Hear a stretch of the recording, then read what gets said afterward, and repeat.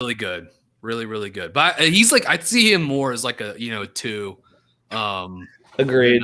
Than like a. I mean, even Suggs is probably a little more of like a combo, but a lot of guys in this draft that can do a lot of things except for shoot. Yeah, there's a lot of guys in this draft that are like, yeah, they can do all these things, but this guy can't really shoot. No, I mean it's true because like Book Knight's kind of like that. Cooper's kind of like that. Keon Johnson's kind of like that. Yeah, I mean there are a decent. Even Wagner, like he's an okay shooter. He's not like a great shooter. Yeah. Well, unfortunately for him, he he was shooting like high 30s from 3 all year until he took a nosedive the last stretch of the season. But yeah, like the one guy that's like, a first round guy that definitely shot well. It's like you got like Chris Duarte, but he's like our age. And you got Davion, Kispert, you got Davion Mitchell, who like we think he's good, like we think the shot is real, but like no certainty either. So what's our we can either be 1 through 4 very low percentage. Yeah, 1 through 14. Yeah. I mean, all 3 teams can't get in the middle to jump us for us to be 14, but we can't. We can't. We're capable. We're capable. Yes, it's very possible. Okay. We are live. It's kind of like the pre-show here, so I'm gonna get a countdown. Also on Twitter, guys, I'm gonna have like a little link if you guys want to retweet it. Yep, definitely. We will go ahead and get into this and get going. All right, let's see here.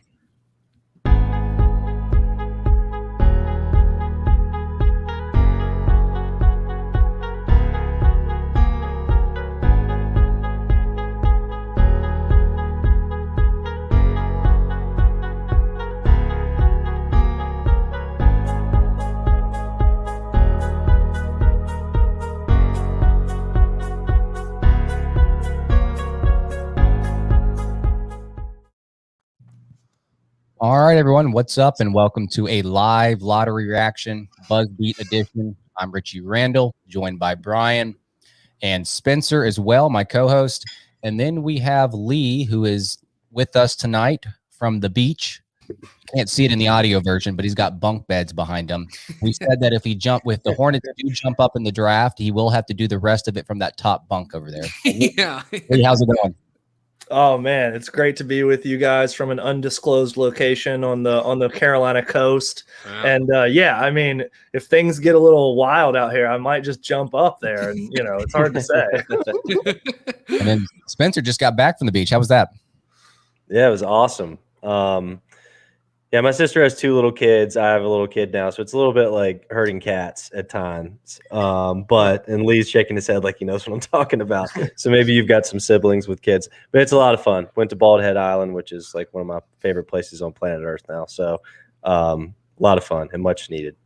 Are you a body surfer, Spencer? Are you a boogie board guy? Like, do you get after it in the waves a little bit? I wouldn't say I get after it. I go out there and just kind of like let happen whatever is going to happen. I actually went out on a paddleboard pretty far last week and got out there. Like I'm a little too tall and I don't have a good center of gravity. I don't have enough core strength to like get up, stand up on a paddleboard in the ocean and keep it rolling. So I got out there pretty far and immediately was like, what am I doing right now? It was a terrible decision. So, but no, it was a good time. And Beachy, how about you? How you doing? I'm doing well. I'm bummed because I'm the only guy in this group that isn't currently at the beach or has not recently been to the beach. And I also didn't get the hat memo either, Yes. So I'm feeling rather secluded. I'm feeling out of the loop here. But no, I'm doing well. Exciting night with the draft lottery here.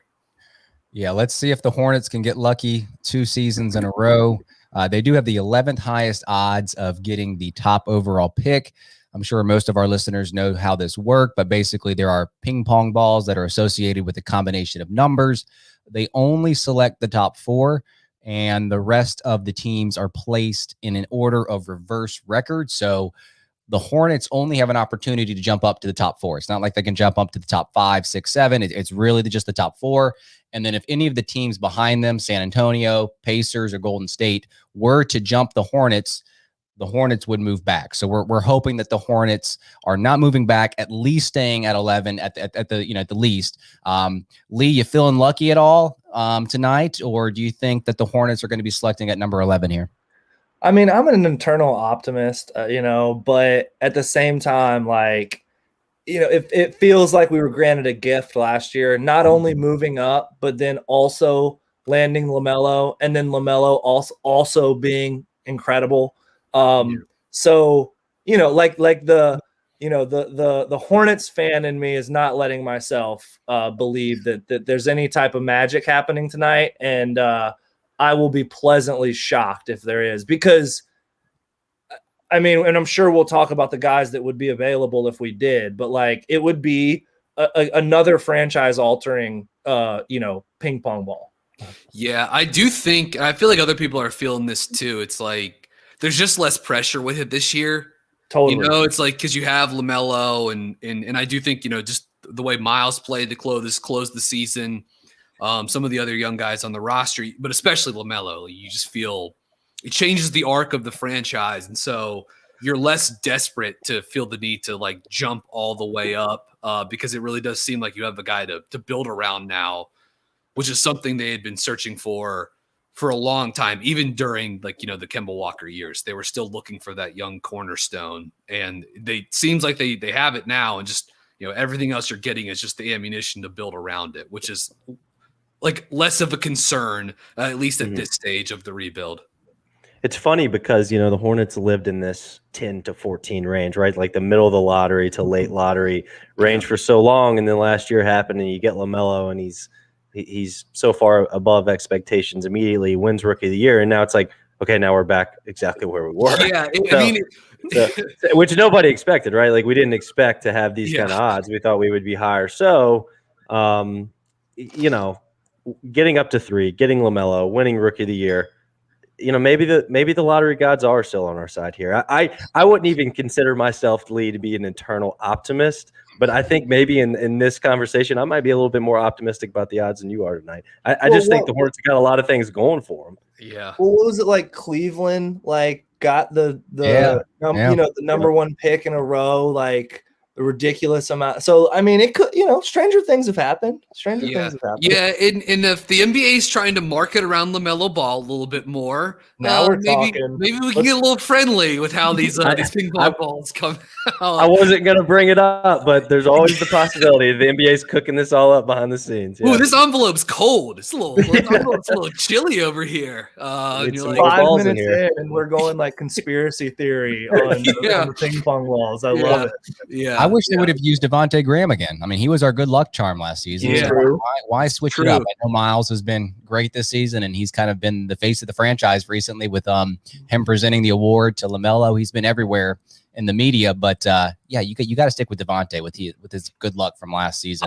I wonder if it is like, I mean, Miles is obviously taking on more of sort of like a leadership stake with the team, just sort of based off some of the other stuff we've seen kicked out on social media or whatever. But I do think too, probably Devontae being a restricted free agent probably plays a role into that too. It's like he's currently not under contract for next season. So like that's true. That probably is a factor as well. Good. All right, guys. So the prospects at 11. Let's talk about a couple of them because this lottery thing is going to stretch all the way till 9 p.m. So obviously, if you guys are in the chat, have comments, have questions, please put them in. We'll get to them. We'll keep tabs on them, and when there's time, we can bring them up. So when we're looking at 11, we're looking at a handful of players that could be there: Davion Mitchell, Sengun, Wagner, Kispert, maybe Moody will drop, Book Knight. Zaire Williams could be there. We talked about him on a couple pods ago. Let me ask you this question, Lee. Is there any player that either I mentioned or either player that's kind of mocked in that range that you feel is like a stay away? Just a player that just doesn't jump off to you that a lot of people are mocking around like the 7 to 11 spot that just doesn't really hit for you? Yeah, that's a really good question. I mean, one for me, it's not necessarily that I'm incredibly low on this guy, although I am lower than the consensus on, but it's also just I don't think a fantastic fit for the Hornets, and that would be Keon Johnson from Tennessee. Okay. Ultra uber athletic two-way wing, but does not shoot the ball well, does not handle the ball well, and is not a particularly great passer. So essentially, Keon, you're kind of taking for defensive upside, athleticism and finishing, and like what he may eventually project to be as a competent offensive wing, which he's not yet. So in that sense, like I just don't think he helps this Hornets roster construction a whole lot.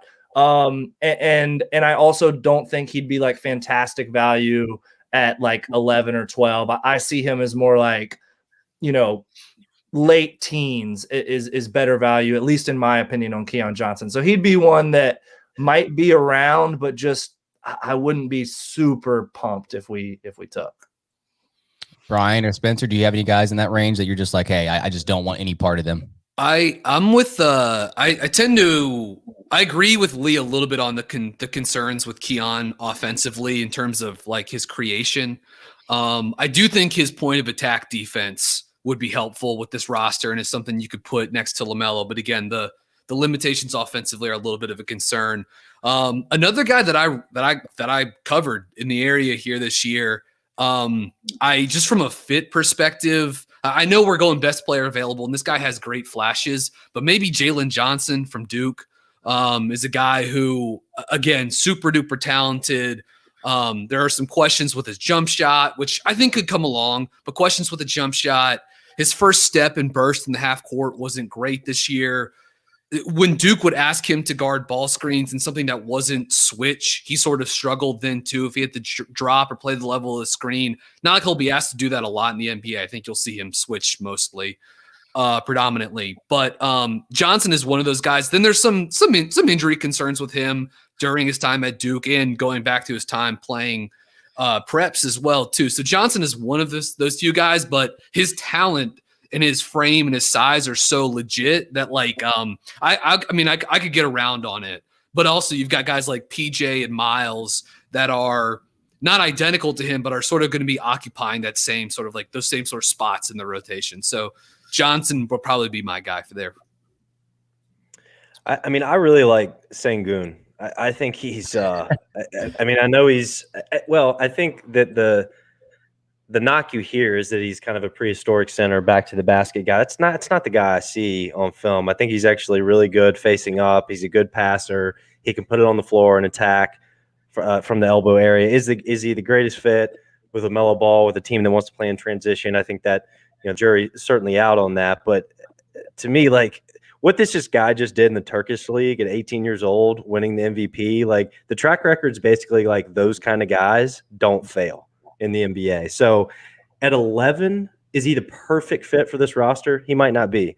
If he's there at 11, though, I think he's probably you're going to struggle to find better players with higher upside remaining on the board. So that would probably be my pick. I like Moses Moody a good bit. Certainly some offensive liabilities there, some offensive concerns, but I think he's a really good shooter.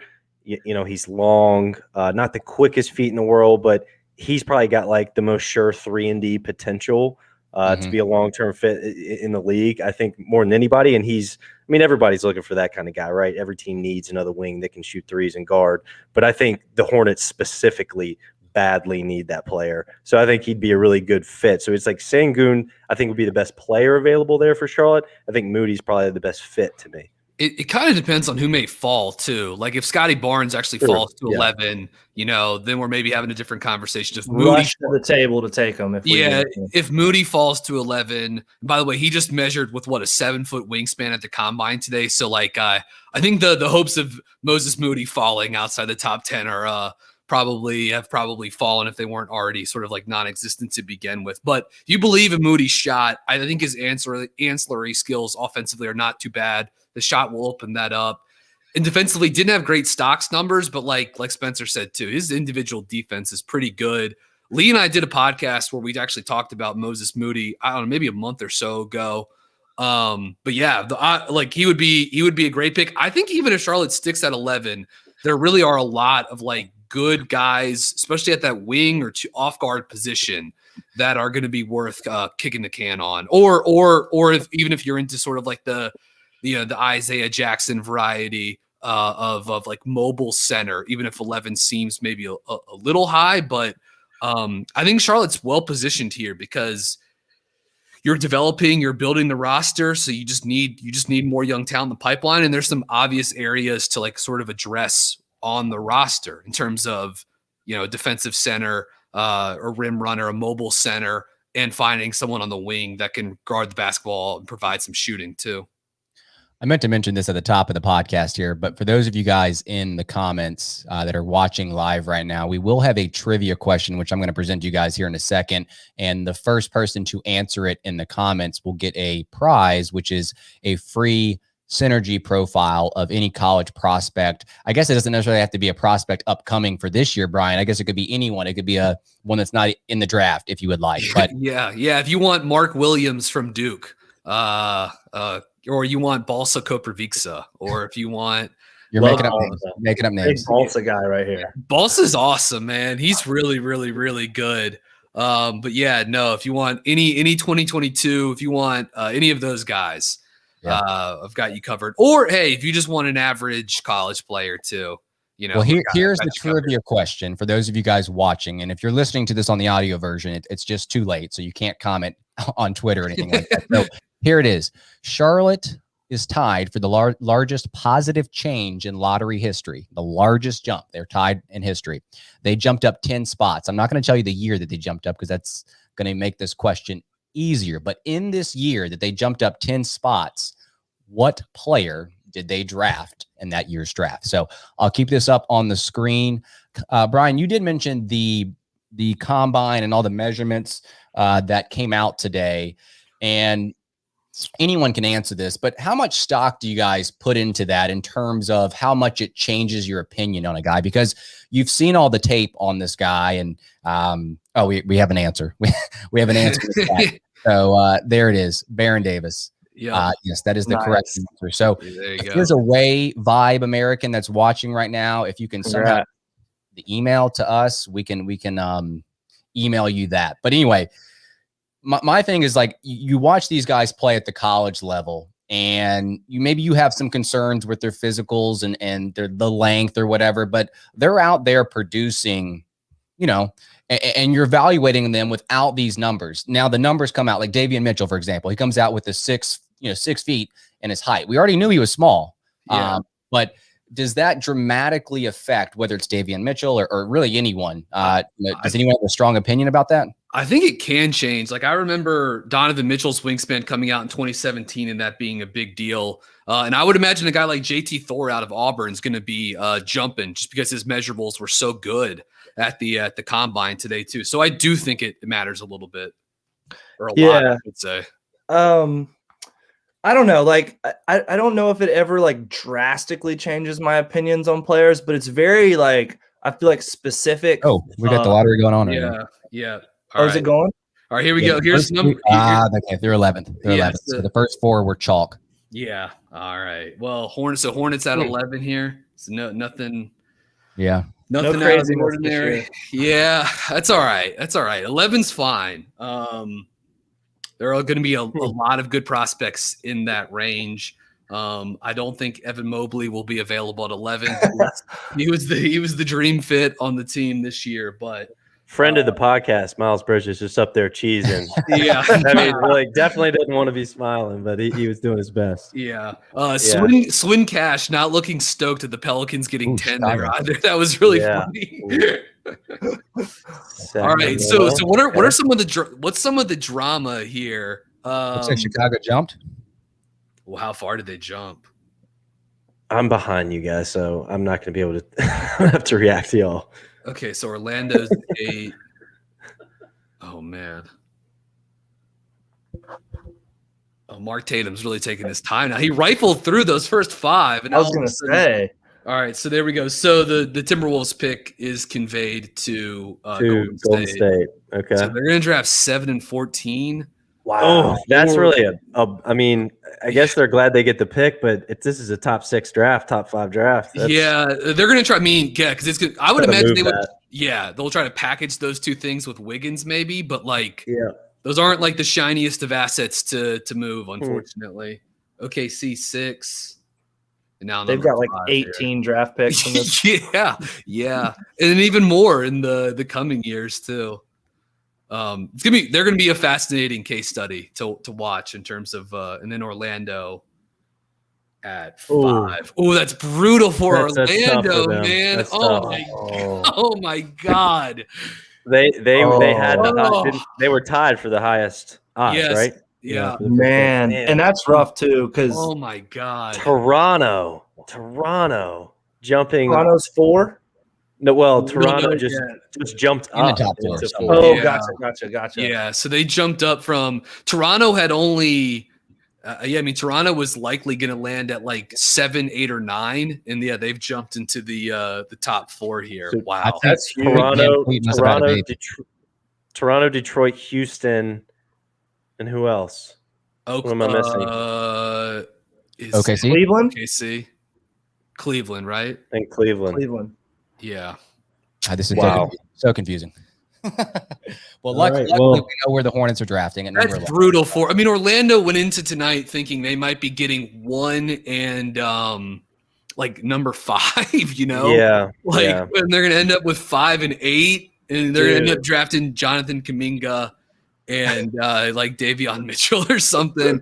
Not Cade Cunningham, unfortunately. Oh, yeah. And I think this is a team that's looking for a head coach too. So it's like you might be all of a sudden the amount of coaching prospects that might shift on you a little bit too if you're Orlando by not getting a top 3 pick in this draft or whatever.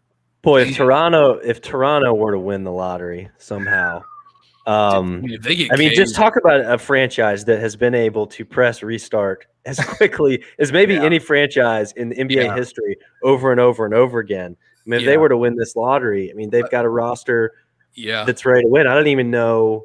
Yeah, they'd have to still go Cunningham, I guess. I was thinking about Mobley for them. They might go Mobley. I think you have to go. Like, I just think you have to go Cade 1. I just think he's in a – Mobley is awesome, and he's probably my favorite prospect in this draft. But I just think he'd be a great fit there, yeah. I think Cade is just a different level. You want to build around Cade. But Spencer, you're totally right. I mean, it would be no matter what, Toronto's going to get a good player because I love the top 4 in this draft. I mean, Jalen Green or Jalen Suggs would be wonderful picks as well that are in that sort of like next tier behind Cade and then behind Mobley. But yeah, you would get Cade and then build around that if you're number 1. That's why I think this is so brutal for Orlando. I know a lot of people think this is a top 5 draft. I think it's a top 4 draft. I think there's a drop off after whoever it is, Green or Suggs. I'm not all the way out on Kuminga, but I have some huge concerns. I've got some really big concerns. He's the one that it's really started to swing with him a little bit. I just think that like with Kuminga, those guys you just mentioned, there's that top 4: Mobley, Cade, Green, and Suggs, and then it's Kuminga clearly has the lowest floor of that 5, right? So it's really just what is your risk? What's your risk? How willing are you to take on a certain amount of risk? But I still think Kuminga has a chance to be as good as any of those guys too. So it's just what's your risk variance? Yeah. He's long and athletic, and he can't shoot. He's like perfect for Orlando. It really is. Yeah, I mean, like this is a guy that has no touch and can't really shoot right now. I mean, maybe you come around on those things, but that doesn't always happen with those types of like skill traits. That is brutal for Orlando, man. It just could have gone so much better for them. I mean, look, Toronto and Orlando are both teams that we're going to be right in the thick with, probably. So it's meaningful and interesting. Yeah, it is. Man, it's gonna be fascinating to see what Toronto, like if Toronto ends up with 1 or 2 here, because like they still got guys in play. You have Van Vliet; he's literally their representative at the lottery tonight. You've got Siakam. Like if you get Cade, like. Hell, Siakam, Anunoby, Cade, like you're all just switchable wings. I mean, you're a playoff. Yeah, you're Boucher had a good year. Flynn had a good year. Like Flynn's a great player. They would have an awesome roster of pieces. I mean, that quickly becomes like a dangerous team in the Eastern Conference. Yeah, Gary Trent, who was really good for them at the end of the year. I mean, he's right back. Yeah, so he's a free. He can be a restricted free agent, but you're right. That's right. But they could prioritize him. I think. Yeah, they could definitely bring him back. Big time shooter and like a decent defender too. I kind of hope if I'm pulling for anybody, not like I'm a big Tillman Fertitta fan, but my friend, I think this guy was a one-time guest on the pod and is a guy that I've been able to like talk hoops with for a few years now online, but Cole Zwicker works in the scouting department for the Rockets. So I wouldn't mind seeing Houston, get one or two in this draft and give some new guys for Cole to work with down there. That'd be pretty cool too. Do you guys want to talk some draft prospects at 11? Yeah, let's do it. Let's do it. Yeah. I'm going to start off with James Bouknight out of UConn, sophomore, 20 years old, bouncy athlete, explosive, can change speeds on the offensive end. A little bit undersized, but that's something that's probably going to have to, he's going to have to overcome. He's have to get in the weight room, get a little bulkier. He's a good guy off the dribble. Like he's a guy that has great handles. He can step back, has the hesitation, hang dribble moves. Very solid in that department. He also fights through contact. Despite his size, he draws a lot of fouls. He drew 5.7 fouls per 40 minutes, which was actually the 83rd in nationally. More of a self-creator versus a creator for others, and I think that's one thing that is going to be something that he needs to work on because he is a little bit undersized, so he's probably going to be a combo guard in the sense that he's probably going to be required to handle the ball a little bit more and run some pick and rolls.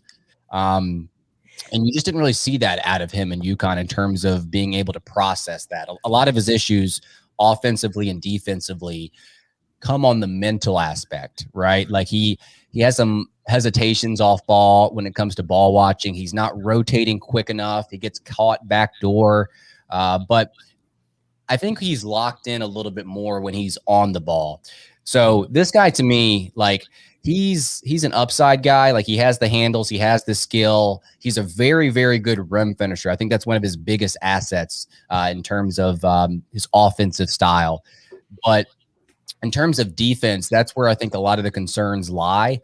And I know we don't ever talk about, maybe drafting for fit, but there are some needs that the Hornets are trying to target. And I think you've got to draft a guy that has some kind of defensive potential. And I'm not saying James Bouknight doesn't have defensive potential, but to me, like that's where he's got a lot of room to grow on the defensive side of the court. But Brian, we were talking about him earlier today on Twitter. Thoughts on Bouknight?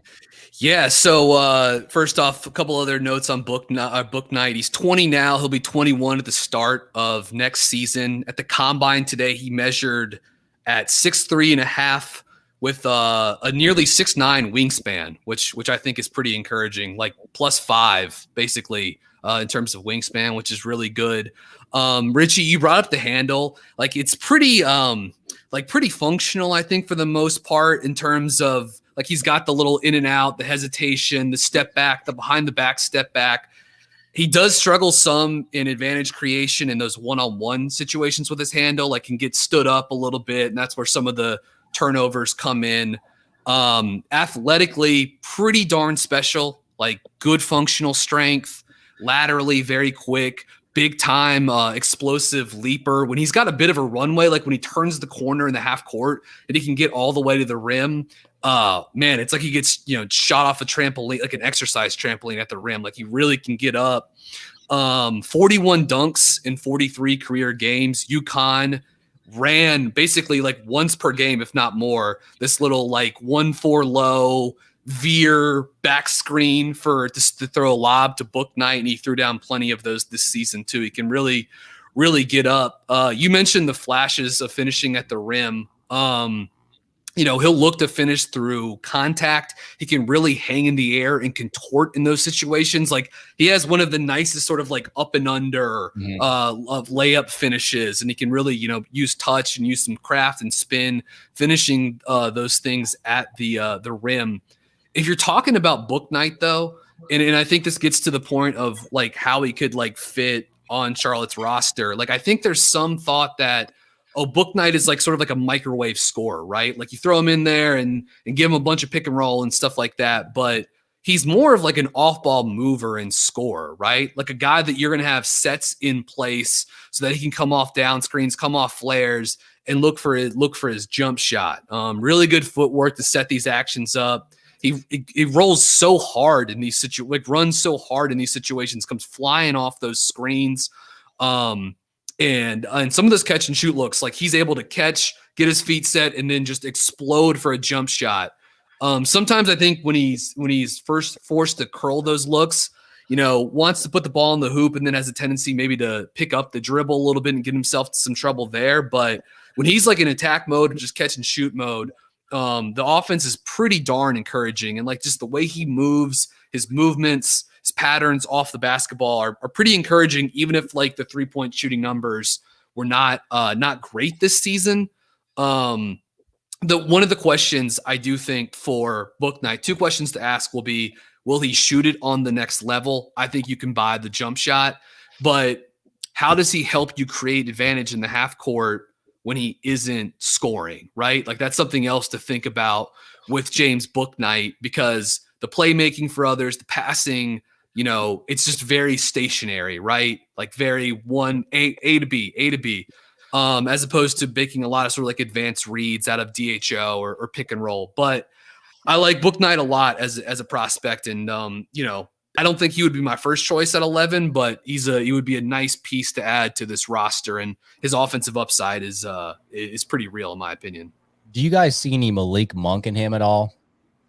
I see more like, and forgive the UConn comparison here or similarity, but he kind of reminds me a little bit of Jeremy Lamb. They're not exactly the same by any stretch. Lamb's a little longer. They're not the same athlete, but I think they have offensive limitations in the same kind of ways, and they have strengths in the same kind of ways. I think Bouknight, I think he's better than his, sub 30% behind the arc shooting in college. He had a 31, I think above 31% usage rate at UConn. They used him when he was healthy. He missed some games last year in just about every single offensive action they possibly could have, but they ran really good stuff for him, to Brian's point. I really like Bouknight. I think he's got I think he does have the ability to be kind of an on-the-ball conductor of offense off the bench later in his career. Yes, UConn did run a lot of stuff with him off the ball, and it's nice to see he can do that, catch and shoot. He's good coming off screens. But I do think he's got the capability, and showed some of it at UConn, to be on the ball and play out a pick and roll. Maybe not make the most advanced reads to set up his teammates ever, but this guy can get his own shot in a lot of different ways. I think that's where he projects. He projects as a 6-man, a really good one, volume scorer off the bench. I just don't like Bouknight. I don't like him enough to say he's right for Charlotte at 11, mostly because, number one, I don't like him enough, and number two, he's not the right fit for the roster. This is the kind of prospect where you're like, he has to be the best left on the board to draft him, because I really don't think this is what Charlotte needs right now. Yeah, what about you, Lee?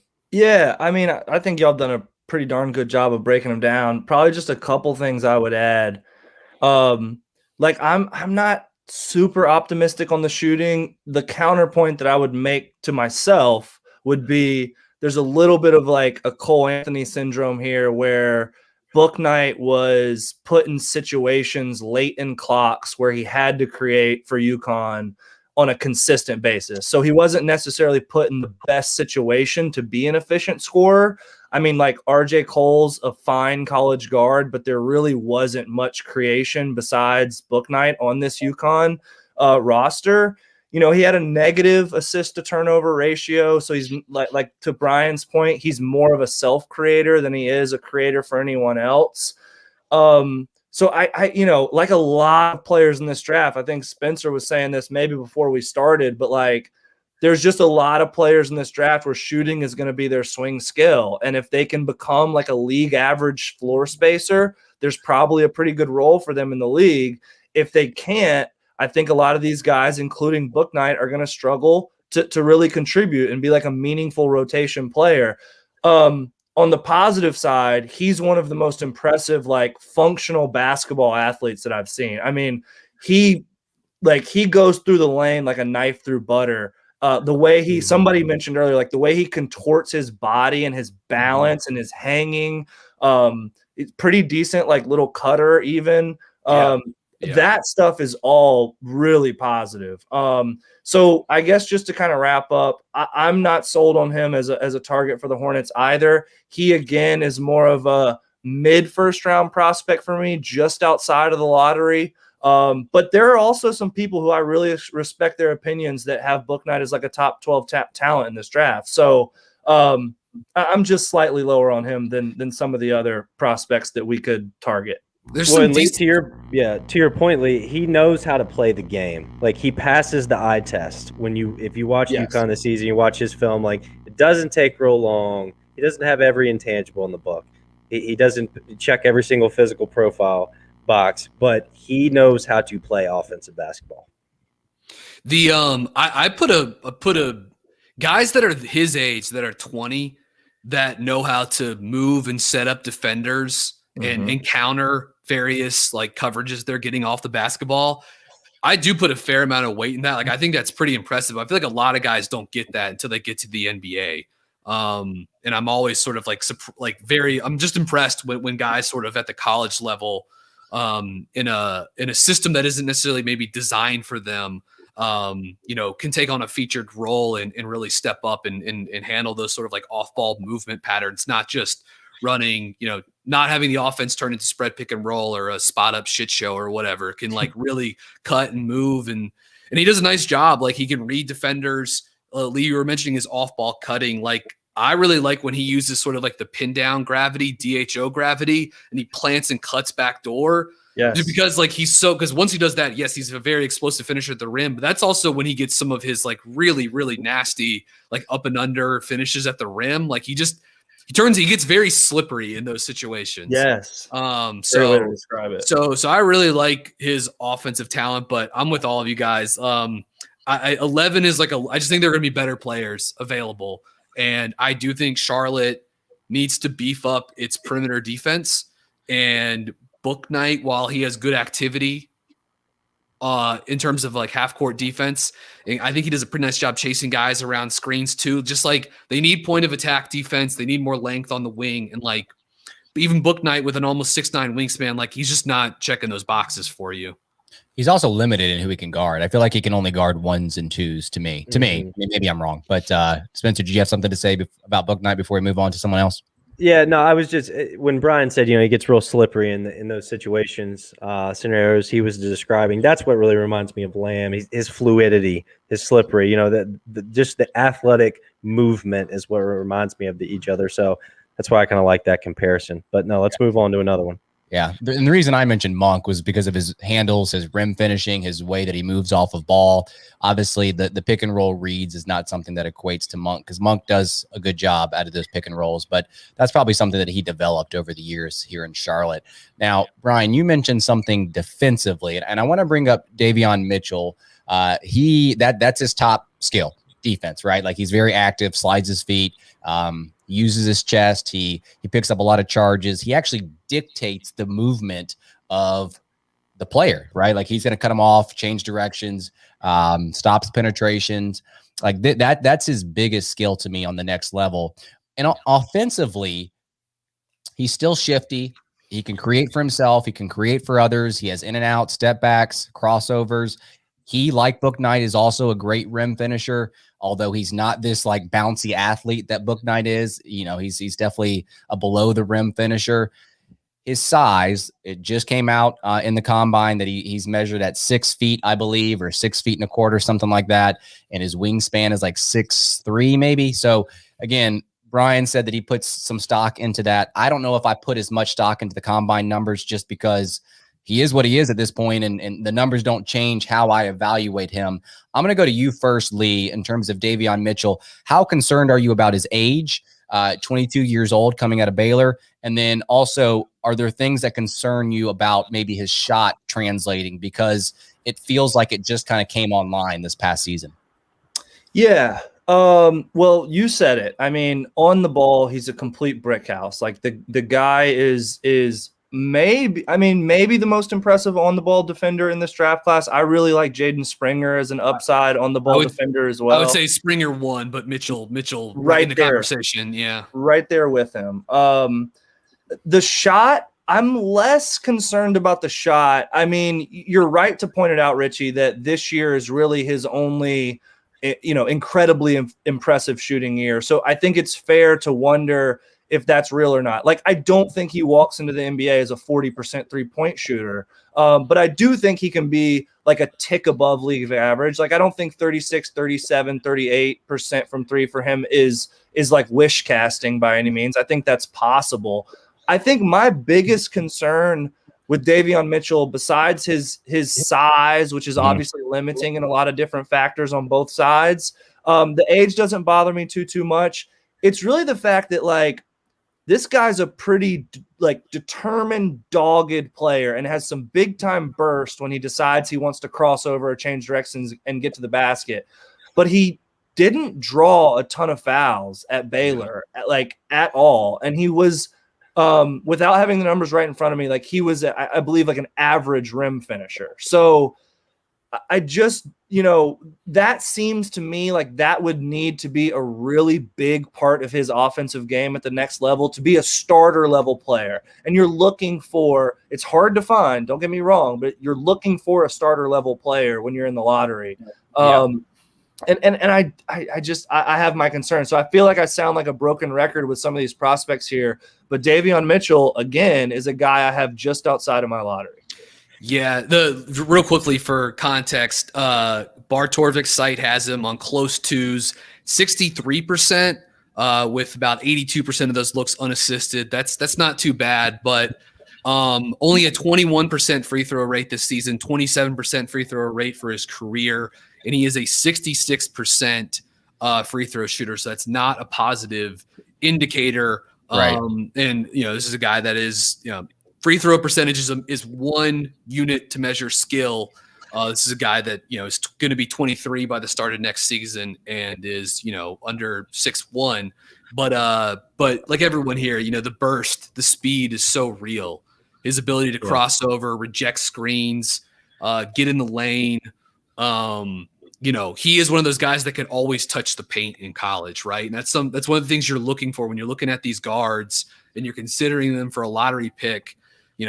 Why was Caleb Love disappointing at UNC this season? Well, for so many reasons, but also because it takes an act of God to get that guy into the lane off a live dribble. And Davion, that wasn't the case. Now he was playing in a good offense with good guards and good spacing, so that helped. But I do think he's a guy that can get to the rim and get downhill in the NBA. Which should, in theory, then lead to more, finishes at the rim and foul attempts. But this is where the shot becomes a bit of a concern because it's can he get enough pull-up threes, right, to sort of force defenses to guard him a certain way so that he is going to have these opportunities to take guys off the dribble with his handle. And while he is a phenomenal on-ball defender, he's not and all these guys, you got to the guys that are trying really hard on defense, they know they're going to get beaten, right? You can't play perfect on-ball defense. But yeah, there were guys this season that beat Davion Mitchell, made him look bad in terms of his defense. You know what I mean? So it's it's not like you're drafting Scottie Pippen or something like that. You know what I mean? But his point of attack defense is certainly one of the strengths of his game. So I like Mitchell a lot. 11 is a little too high for me, but he is a really tantalizing prospect. I like Mitchell a good bit. We'll see where the shooting, the shooting just came online last year, a little bit out of nowhere. So that kind of remains to be seen. But the number one thing with Mitchell that I think and I'm talking about fit with this roster, this team, and we talked about it a ton last season, they need an element of toughness that does not exist right now. And I do think that Davion Mitchell could bring that. I think he could also he would give you the flexibility and versatility to put LaMelo Ball in some places on defense that Borrego was not able to put him. I think this season, I think that would be another plus. And on the offensive end, I think Davion Mitchell just has so many different ways to score the ball. He has got a lot in his offensive bag. We've seen the step backs. We've seen the ridiculous burst off the bounce to get into the paint. He could definitely make plays for his teammates. I think he's got a great feel in the offensive end. I think he's a very impressive player on that side of the ball. Again, the shooting remains to be seen if that stays where it was this season. The age – I'm not as concerned with that with Davion. I think that as much as we saw him progress as a player last year, that probably suggests that's probably a good thing. There's probably more to tap into with him, but I think he's a really good fit on this roster. Now, the measurements, the 6 foot without shoes, that is a concern because he's not a true point guard. I mean, that can't not be a concern, right?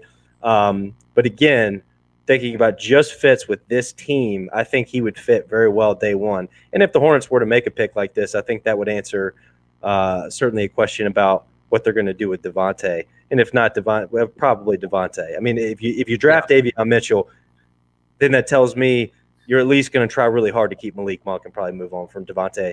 Because I think in a lot of ways offensively, these are two very similar players. Davion Mitchell has a better burst. He can get into the paint a lot easier than Devontae, but he's an off-the-dribble bomber, can be, that struggles to score pretty much anywhere inside the paint, right? And so we've watched that player with the Hornets with Devontae Graham in the past few seasons. But I really like this fit with this team. So, Spencer, you think this draft selection will be able to kind of glean what their plans are from a retaining some of obviously Monk and Graham. Do you think that's something we'll be able to kind of tell based on the pick to a degree? Yes, no, and or either. I mean, like it really is. It's like a case to case. But the reason I brought that up, Lee, is because I do think if you draft Davion Mitchell, a guy who's older, a guy who you want to get on the court right now, I think in that situation it does tell you something. Now. Right. There are some other, there would be some other picks where I would say, I don't know that tells you anything at all, but I think Davion's one of those where I'd read into that. Does that make sense? Got it. Yeah, that totally makes sense. Yeah, it's interesting too because Mitchell and Monk are probably Malik Monk is 7 months older than Davion Mitchell, which is crazy. But yeah, I'm with you. I'm with you on Mitchell. If you're really looking for point of attack defense, though, if both these guys are available, I just think Springer's 4 years younger than Davion Mitchell. You know what I mean? And yeah, he does not have the first step burst, but his functional strength, his shot looked good this year.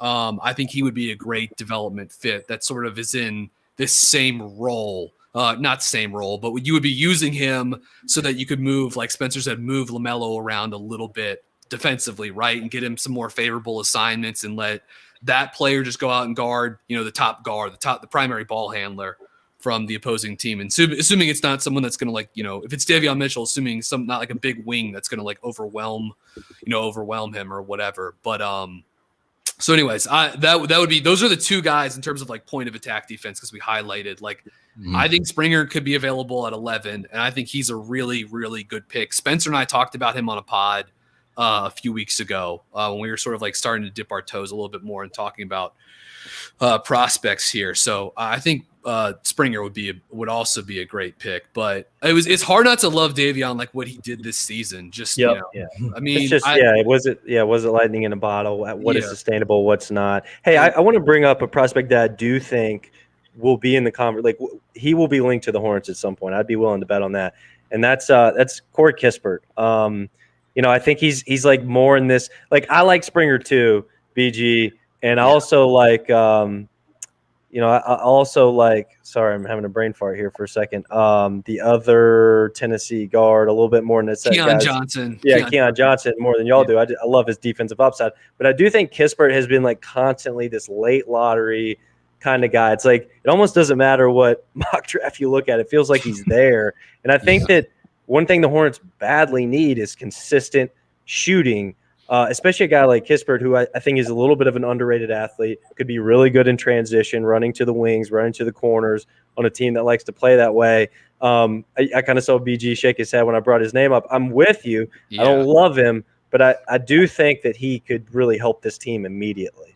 His shot, he would definitely his size and his shot would help, right? I mean, you're hoping he's like Cam Johnson, right? I mean, he's probably not quite as big as Cam Johnson, who can play a lot of 4 for the Phoenix Suns, but Kispert is a guy that should be NBA ready right now.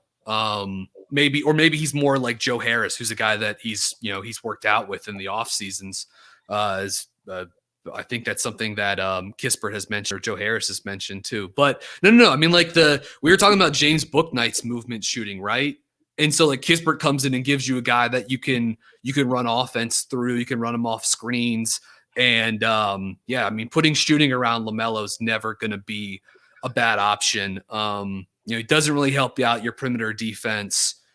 And there's not a ton of shot versatility in his game right now, but I mean, the catch and shoot ability is real at that size, right? Like he's not a prospect to run away from, I do like him. I just watching him at Gonzaga. I don't think he's like a Kyle Korver. He's not like a shooter and then a zero everywhere else in the floor. Like that's what I was saying. I think his athleticism is a little bit underrated. He would attack the basket this year. He would take guys off the bounce. He could finish in the paint. I think he's got a little bit more craft to his offensive game than he gets credit for. And defensively, there are clear limitations there. But I don't think it's this guy that's going to get played off the floor and leverage minutes. Like he competes. He's 6'7". He can move his feet. I don't love him as a prospect, but this idea that he's only a shooter, I think, is not correct. Well, the funny thing is, I've not researched this guy at all, and that's what I know him as, Spencer, only a shooter. But I wonder how many Hornets fans would be upset if we drafted that guy, like a white shooter. Exactly. You can stop there. Yeah. It's just a stereotypical pick that I think that a lot of people would just hate, but I don't know much about him. Lee, can you? Shades of Adam Morrison, Gonzaga. Yeah. What else do you know about? What else do you know about him, Lee? Yeah, they're. I mean, you're right from a reaction standpoint. There's probably too much Frank Kaminsky, and Adam Morrison in our past for the Hornets fans not to boo that pick. But I'm actually lean probably a little more towards Spencer's opinion. I love Corey Kispert. I was super high on him last year. I was actually kind of surprised he stayed. Yeah, I would have had Corey Kispert as probably a top 25-ish prospect, and even in last year's draft. Look, he's older. He looks like what he looks like, and the defensive limitations are all very fair. He is a better athlete than he gets credit for. He will rise up over somebody. I mean, Gonzaga would draw up sets for a lob to the rim for him at times.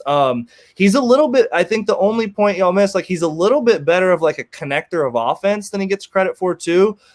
Has a little bit of Sadiq Bey there where he moves the ball. It doesn't stop with him. He brought, to Brian's point, elite catch and shoot shooter. I mean, you look at all of his shooting numbers across the board, and it's just 98th percentile, 97th percentile, 95th percentile. So look, the Hornets need size on the wing, and they need more shooting around our young playmakers. It maybe doesn't feel like the gaping hole of, obviously rim protector, rim runner, and it doesn't necessarily replace the qualities of Malik Monk or Devontae Graham if one or neither of them are in Charlotte next year. So that's all fair too. I'm just of the opinion that I pretty much know what I'm going to get with Corey Kispert, and I believe there's a little bit more upside than most do. I prefer him. I need asymmetric upside if I'm passing on Corey Kispert. I need Kai Jones, Jaden Springer, Scotty Barnes. I need that type of upside if I'm passing on Corey Kispert. I don't want Franz Wagner if I have a chance at Corey Kispert. That's just my opinion. Yeah, Wagner's interesting. I think Nate Babcock said this on Twitter this week. That was pretty interesting, where he said no one's gonna feel bad for drafting Franz Wagner, but they might feel bad for drafting Franz Wagner over someone with a little bit more upside, right? Which is kind of an interesting way of couching it.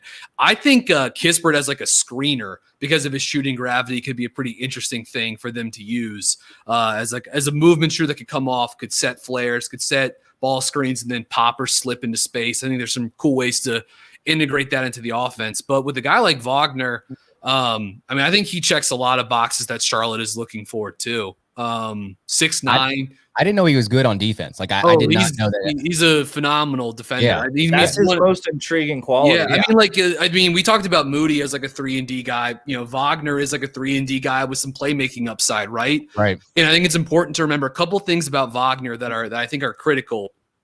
2 years at Michigan, but he won't be 20. He won't turn 20 until the end of August. So like he's young for his grade. He played professionally. Or he played the club ball like in Germany for 2 seasons before he came over here. And like I know the 3-point percentage with Wagner didn't settle in at a great number, really because of how he shot late in the season. Like he was mid to high 30s for a good chunk of it. But he's been an excellent free throw shooter his entire career, right? And that even accounts going back to when he played in Germany. But yeah, he was 32.5% career 3-point shooter on 234 attempts. But an 83.5% free throw shooter. And that tracks going back to when he played in Germany too. In the 17-18 season, 84.6% from the line. The 18-19 season, 89.2%. Then he shows up at Michigan. Also, when he played in Germany, in the 17-18 season, on 5 3-point attempts per game, he shot 37% from downtown. The 18-19 season, 38.5% from deep on 2 3-point attempts per game. I feel pretty good about his shot translating because of the free throw percentage, because of how it looks, because there's a track record. Before Wagner went through his growth spurt, when he was like 15, 16 years old, he was like a shooter scorer. So I think that's like a latent skill that he has in his game. But yeah, you guys brought up the defense. Like he is a pretty darn special and versatile defender. Can get in a stance and really slide hard. You know, plays upright, plays really well with his chest, reacts quickly, can be very very physical, quick load when he needs to get off the ground. Like he's not a super athlete, but he plays. But his reaction time is good and can sort of like counteract some of the lack of like maybe vertical burst or pop or whatever. And then I just think his like passing is pretty solid too. Like both from like the ball mover, you know, we talked about Corey Kispert being a connector offensively. Franz Wagner can be that too, you know, make quick decisions, make the extra pass. And like, there's not a lot of isolation creation for Franz Wagner, but he can do some stuff out of the pick and roll, even though he doesn't have a ton of wiggle with his handle. But this is a guy that can make a pocket pass to a roller. He can get into the lane. I think he's got decent touch on those runners when he's trying to get it, you know, on the glass, going to his right hand. You see some of those like late drop off and layoff passes when he's able to really get into the teeth of the defense, then drop it off. So, yeah, I think you're thinking big wing, 3-and-D type guy that can also give you a little bit more zest to your offense, because even though he's not going to be like a monster closeout attacker and a guy that can really finish with a lot of like verve at the rim, he gives you enough ball movement and enough drive, like live dribble passing, right, to make him not just a stationary catch and shoot guy. So I like Wagner a lot. I think he makes a lot of sense on this roster, and would certainly help their perimeter defense. I think Wagner is a pretty safe pick, you know, in this range that Charlotte's going to be in. I mean, again, Lee, here we go saying this about another prospect, but I think shooting is his swing skill. Like if he becomes a 38 to 40% 3-point shooter in the league, all of these other things you guys have talked about that he does well, he really doesn't have a weakness in his games on either end. You know, he's got some things that he doesn't do so well, some things that he does pretty good, but not excellent. But he doesn't really have a weakness. So if he learns to shoot it at 6'9" on the wing, guy that can switch a few positions, like he's a starter in the league. I do think that the more likely outcome is that he's probably a marginal rotational player, though, which is why I don't like the reason I might lean Kispert a little more here is just I think he has an elite skill. I don't think Wagner has an elite skill. Now, what balances those two things out probably is that Wagner's a lot younger and you've got a lot more time to develop him, and he brings a lot more to the table physically. He's got to get stronger. You know, 6'9" is great. 205, not so great. He can switch a few positions. He's not guarding power forwards in the NBA at that frame. So, you know, I think that the idea of him is really good because of all these things he does well and because of his length. But he doesn't have that one thing that he does excellent or even really too much above average. So that's the one thing that makes me a little nervous by him. But I think he's going to be a rotational player in the league for a while. He should be. All right, let's wrap with this last comment from a viewer here on YouTube. It's actually my brother. He wants to know, I don't have a sleeper pick because I have not researched enough, but maybe we can start with you, Lee. Whether it's a sleeper in the first round or a sleeper in the back half of the first round, a second round prospect, give me someone that's a sleeper pick for you that people are just a little bit too low on, you think? Yeah, so two guys that we haven't mentioned tonight, and I won't do like the whole rant on them, but I'll just throw their names out there. I'm incredibly high on Isaiah Jackson, the freshman center from Kentucky. He's got offensive limitations, but he led Kentucky in total rebound. He led the SEC in total rebound percentage and total block percentage. Rim runner, hyper athlete, outside of area rebounder. Just does that sound like the qualities the Charlotte Hornets could use potentially? So that's one guy. And then Miles McBride is a guy who I've been beating the drum on for months, sophomore point guard from West Virginia. Again, probably a guy to the question I posed to Spencer earlier. If the Hornets were to take Miles McBride earlier than expected at 11, that might be an indication that they're moving on from one of our backcourt guys as well. So those two I think are awesome targets for the Hornets and probably a little underrated. The last name I'll throw out there is Sandro Mamukilishvili. Yeah, my brother likes him. Oh, good. Yes. Good. Josh Randall likes him too. Then I'm in good company. 6'11" swing forward that can do a little bit of everything. Just one of my favorite players in this draft. I think he's a first rounder. Obviously, probably more of a late first rounder, but I think Sandro's a real NBA player, and he's just fun as hell to watch. So Mamu can really pass and handle. He's the kind of guy that just like you. It feels like you put him in there and he just breathes life to a second unit offense with his shooting and passing. And I see Richie. I see your brother Josh is a big Ayo Dosunmu fan. Is he willing to donate his left hand to Ayo Dosunmu? Because as much as we riffed on Killian Hayes not being able to drive to his right leading into the draft last year, Ayo is the opposite of that. The guy can't dribble left. I don't know if you watched them lose to Loyola in the NCAA tournament, but Loyola's entire scheme was like, yes, trap him when he's going right, and then he can't go the other way. I don't know if I totally buy his shot. I like Ayo as like a late first round, offensive guard. But I do worry about his offensive creation when he's not scoring. I'm not entirely sure what else good he's bringing to your team. A guy that I do want to mention real quickly for this question, though, from Richie's brother, Terrence Shannon out of Texas Tech, 3-and-D wing that I really, really like a lot. And made a big jump this season in terms of 3-point volume. And that opened up his closeout attack game, his slash and kick game. Really well built, good frame, good length, good power. Not like super twitchy, but has a good first step. Lefty dominant, but I'm not too worried about that. And just like a monster help defender, versatile, active, really fun guy to sort of like watch play center field and just be incredibly disruptive from those positions. So Shannon is a guy that like, if the Hornets had made the playoffs, I probably would have really like thought of him as a guy that the Charlotte should really, really consider if they were drafting like later in the first round. I think he's really good. I think he deserves more hype. I think he's a phenomenal prospect, 3-and-D guy that has some like catch and go game. So I would mention him as another sort of like under the radar guy that I think if you're going to look at like a mock from like ESPN or whatever, they're going to be lower on Terrence Shannon than I am. I got two guys real quickly. Jared Butler, number one. I mean, certainly the news today is just a real bummer. I hope that the kid is okay. Sounds like a heart issue, so I hope he gets checked out and he can actually play basketball. Absolutely love him. I mean, he might literally be my favorite player in this draft. He's older. I mean, he just knows how to play. He reminds me of Malcolm Brogdon a little bit in college, just the way he plays the game. He's a good shooter. He's in control. He does never beat himself. I mean, he's almost the perfect backup point guard and would play day one in the NBA.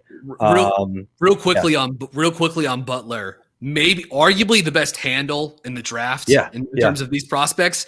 And like, is he the best prospect from Baylor in this draft, or do you like Davion Mitchell that much that you have him above Jared Butler? I probably would agree. Like, I probably would say Mitchell had, like, given the selection, maybe in the late lottery, Brian, I might take Butler before him, but I do think Mitchell has a higher ceiling, which makes the decision difficult.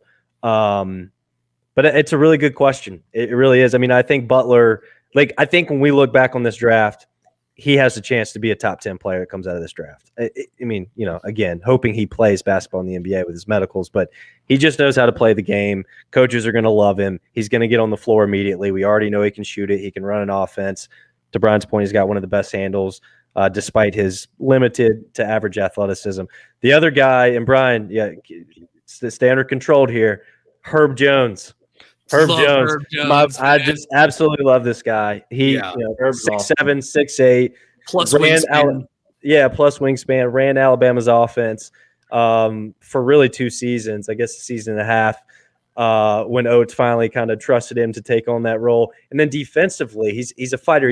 He's got a slim frame. He'll have some limitations on that end, to be sure, just like Wagner we were talking about. But Herb Jones is a competitor. He's a fighter. I love his tenacity and his mentality. Another guy too. I mean, if his shot, even like 34, 35%, he doesn't need to shoot it at a real high clip, but how good he is in transition, how he can run a half court offense, how he can see over top of the defense, and what he gives you defensively, I would draft him in the first round. Yeah, I would too. He and Shannon are both in the same category of like their 3-point shot made enough of a jump in terms of volume that it really they came online more as like legitimate first round prospects. I love Herb Jones. I think he has a chance to maybe be the best defender, for one of the better defenders from this class. He's really, really good. And I last guy I'll throw out there, I brought him up. This is really I brought him up earlier in this pod, and I brought him up either a week or 2 ago on the podcast as well. But given where Charlotte is picking, and given how this guy's stock is starting to really rise, and no doubt the measurables he threw out at the combine are going to play a role into that. And because Charlotte is also probably looking to add a center, JT Thor out of Auburn is a guy that you're going to hear. Like, this is not like a sleeper pick by any means. You know what I mean? Like, JT Thor is going to go in the lottery, or most likely will go in the lottery. And so he's a guy that if you're paying attention to the Hornets, you're going to have to consider. But super duper long, 7'3" wingspan. He's only 6'9" without shoes, but he looks taller than that. He's super long, but man, a coordinated athlete who can handle, has ridiculous shot versatility for a guy his size. Can pick and pop, slip into space, can create, shoot step back fadeaways, has just ridiculous creativity. As a stretch 5 or playmaking 5 that I think is really interesting. Blocked a lot of shots this year. Really like him I think he seems a little more comfortable as like a pick and pop spacer, but can post, on a roll switch situation, has nice touch in the mid post area. Just like is a really interesting guy that I think people are paying attention more to now. And he's a guy that's going to certainly be in the conversation for the